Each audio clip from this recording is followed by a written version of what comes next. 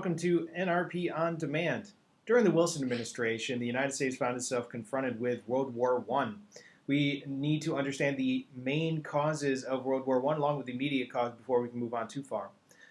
MAIN is actually an acronym. M stands for militarism.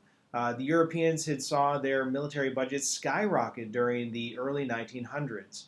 A stands for alliances. We can see that there is a series of military alliances that emerged in Europe based on cultural experiences and so forth. Germany with Austria-Hungary, Britain with France, and so on. We'll see the chart in a second.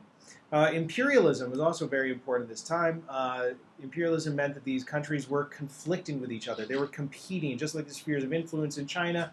We can see that the countries all were out to get their own, and as a result, they were competing with each other, which meant eventually the militaries would be brought into play.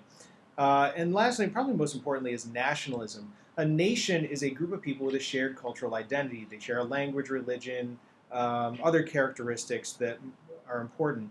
Now, not every nation has a state. A state is a political border. So sometimes what happens is you have a series of nations living within a state. And this is especially true in the Empire of Austria-Hungary.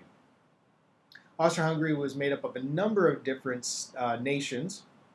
Among them are the Bosnians, the Serbians, the Herzegovinians, and the Austrians and the Hungarians themselves. Now what happens is sometimes some of the smaller nations want to have their own state, a nation state. And that's what happens as the immediate cause of this war. Those main causes are all the tensions that are going on in this time period. The immediate cause of World War I is when Archduke Franz Ferdinand of the Austro-Hungarian Empire decided to go to Serbia to celebrate the Austrian Empire.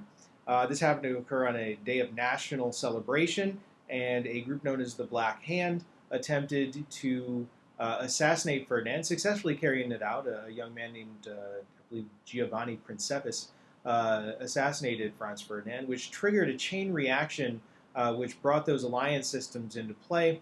And what would have normally have been a small incident of an Austro-Hungarian being killed by a Bosnian led to this chain reaction of the different alliances all declaring war, which led to this big worldwide affair in Europe. Thank you for joining us with this NRP On Demand broadcast. For more information on the National Reconstitution Project, our mission, or the projects, please visit our website listed below.